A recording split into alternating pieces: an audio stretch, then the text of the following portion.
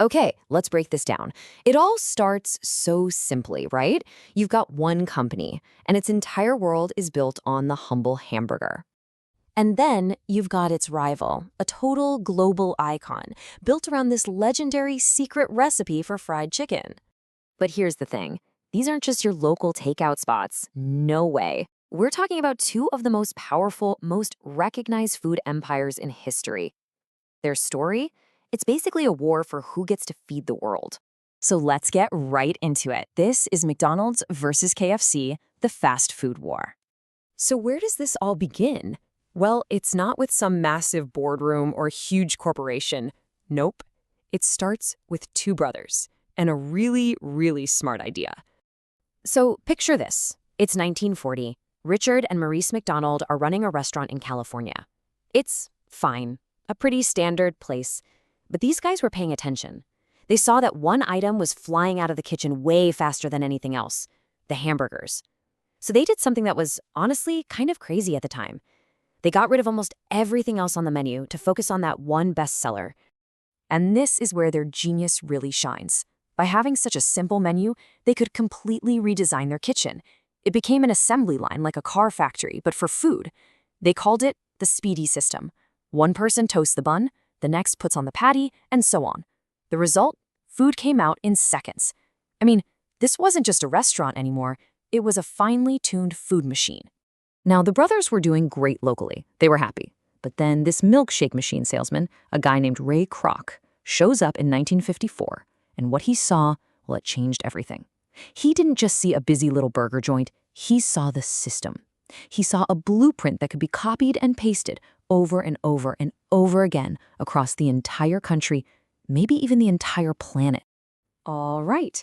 So while the McDonald's brothers are perfecting this idea of speed and efficiency, a totally different kind of story is unfolding. This one isn't about a clever system. It's about sheer, unbelievable perseverance. Let me introduce you to Colonel Harland Sanders. I mean, look at this guy's resume. His path was messy. He was a streetcar conductor, worked at a gas station, sold insurance, you name it, he probably tried it. His story isn't one of those aha moments. It's about a long, tough road with a ton of failure along the way. But then, at his little roadside restaurant in Kentucky, he found his thing, his one true calling, fried chicken. And it wasn't just any fried chicken. He had a secret recipe, a mix of 11 herbs and spices that created this flavor that was just wow.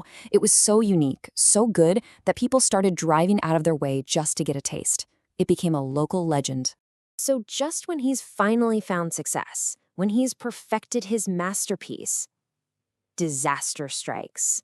The government builds a new interstate highway, and it bypasses his restaurant completely. Just like that, his customers were gone. I mean, overnight, the traffic just disappeared. And here's the real kicker. He was 65 years old when this happened. 65. That's an age when most folks are kicking back, thinking about retirement. And Harland Sanders? He just lost it all. I mean, seriously, put yourself in his shoes. You're 65, your business is gone. What do you do? For pretty much anyone else, that would be it. Game over. But this is the Colonel we're talking about. Okay, so the stage is set. We've got our two main players. On one side, Ray Kroc, the salesman with a vision for a perfect system. On the other, Colonel Sanders, the chef who refused to give up on his secret recipe.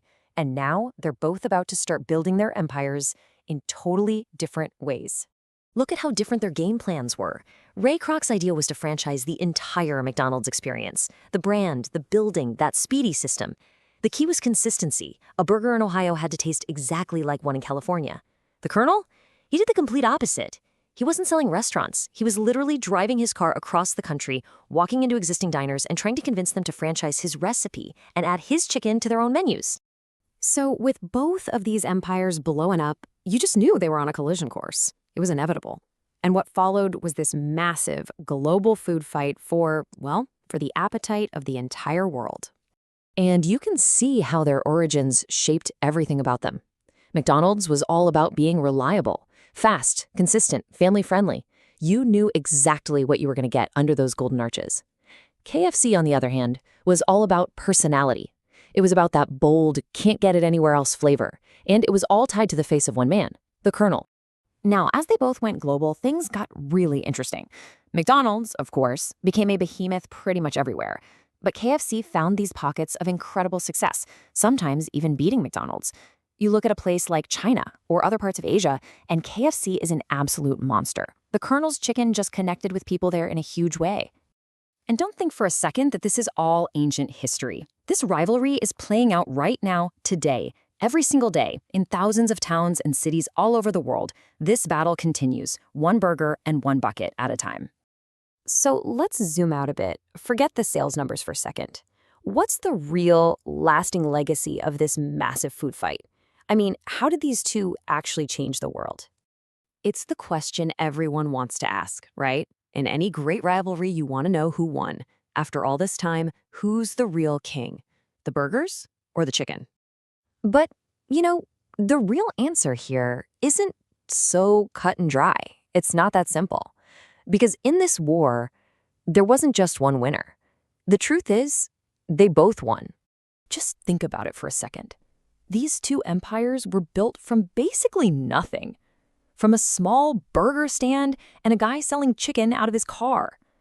Now, their logos, the golden arches, the Colonel's face, are more recognizable around the world than most national flags. And here's the biggest thing. Their rivalry, their constant need to one-up each other, basically created the entire fast food industry as we know it. They literally changed how the world eats. And that's really the final thought here. This was never just about business. It was this massive creative force. The competition between them, this constant back and forth, didn't just build two giant companies. It created an entirely new way of thinking about food on a global scale.